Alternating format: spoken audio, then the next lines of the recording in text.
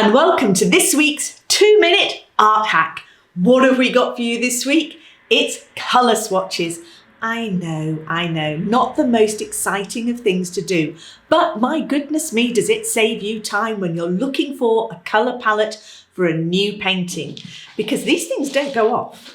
My top tip for creating these, always write down at the top of your colour swatch the name and of the colour and the brand, because the colour does vary per brand.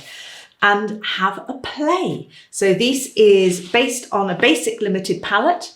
So you can start with any red, any yellow, any blue, add white to get this, the paleness, the value, and black as well, so you can see where your tones are. And the chroma across the top, just move from the yellow to the red to the blue and back to the yellow again.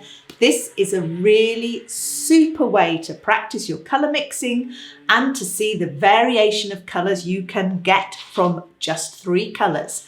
And then you can put in a zing of something else if you wish later on.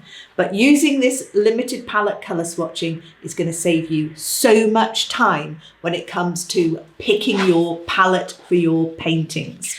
Remember to subscribe, remember to join my email list. I'm doing loads of free workshops. You just need to be on my email subscriber list to find out where they are.